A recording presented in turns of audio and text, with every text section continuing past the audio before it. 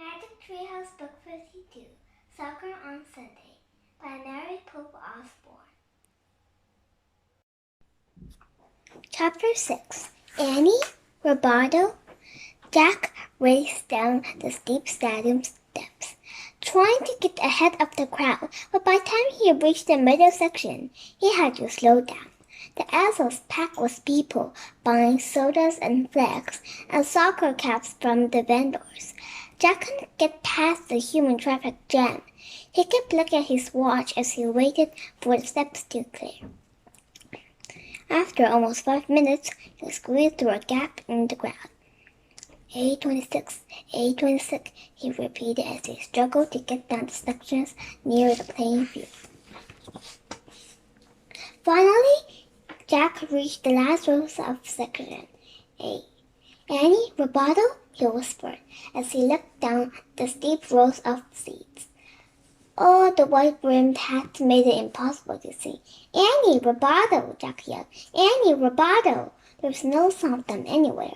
Jack hadn't expected all the hats, or all the people milling around, standing, stretching, talking to neighbors, coming and going. Jack looked at his watch again.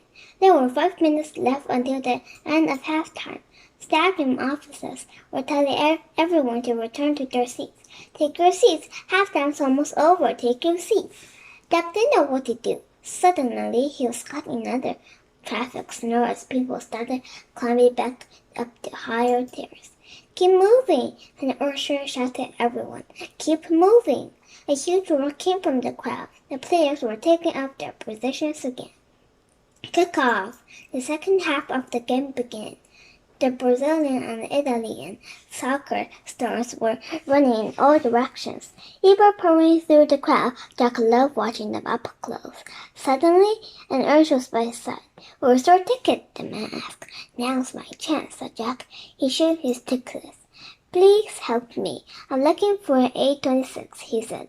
My sister, 826, that's not your seat. Your seat's at the top, the stadium officer said. Go there now. What? Started Jack. There's no time, barked the brazen man. The game has started again. Go back to your seat. Jack did as the officer said. Annie will know why I did shoot, he said as he climbed up the steep steps. She'll be really worried. He kept peering back at the first 2 rows of section 8, looking for Annie's body. Finally, Jack arrived at the top of the stadium. He felt frustrated and anxious as he sat down in his seat. No one will ever get a good look at the World Cup players now, but how is he going to find Annie again? Jack wished he had a cell phone, but he knew cell phones hadn't been invented yet. How did people ever find each other in the 1970s? He wondered. As all the fans of the Brazilian team kept whistling and cheering, Jack got more snatches of the video commentary. Brazil attacks. Jason scores long, low shot. Brazil keeps attacking, passing, dribbling. Jack barely listened to the game anymore. He was too worried about what to do when it was over. If the stadium was hectic at halftime, it would be insane when the championship game ends, he thought. He had Myrna's magic medicine's backpack. Should he use it now? He wondered. What great talent would help him find Annie? What great talent would help them accomplish their mission? Petey bottles the hard shut. The radio commander's voice crackled. Here comes Alberto. As the game went out, Jack couldn't stop worrying about finding Annie. She must be worried about finding me too, he thought. Knowing her, she might have tried to get help from the usher or stadium guards. Maybe she talked to the police. Jack looked up down the aisle for any officers who might be searching for him. 4 minutes left, the announcer finally yelled. Tosto gets the bell. A teenager with binoculars yelled. Someone passes to Pelé. Now Jorginho has it. Brazil drives the ball and scores. As soon as it's over, I'll find seat A26, Jack thought. I'll keep looking as long as I have to.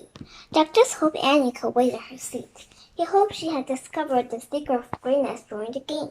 He hoped Roboto would stick around and take them back to the U.S. Embassy. Jack's thoughts were interrupted by a huge roar from the crowd. Final score 4-1. The beautiful team has won.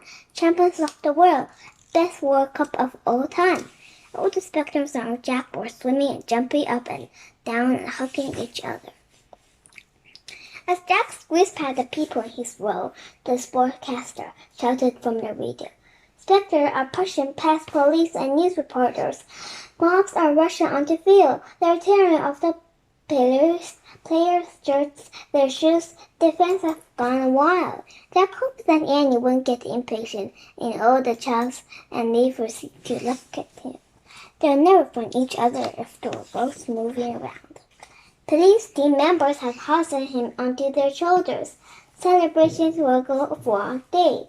The play will be on at a giant banquet tonight in Mexico City. Excuse me, Jack mumbled as he tried to move past the people in his row. He made his way through the crowd of celebrating fans and started down the steep stairs.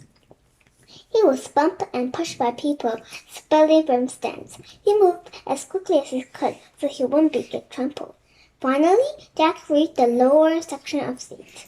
As he looked around, he accidentally knocked over by rowdy teenagers dancing in the aisle, screaming and waving flags.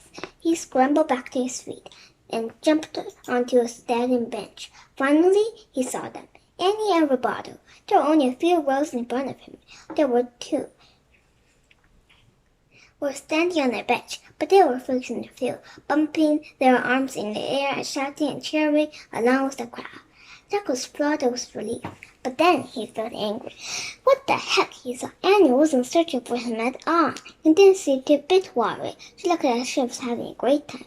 Annie, Jack yelled. She hurried down to her. Annie! When Annie and Roboto turned around and saw Jack, they waved happily. Oh, Jack, I'm so happy to see you, Annie shouted. We waited for you, but when you did come back, we forgot your seat. It must have been okay. I hope it was. Well, actually, Jack shouted. Thanks so much for letting me keep my seat for the whole game, Annie shouted.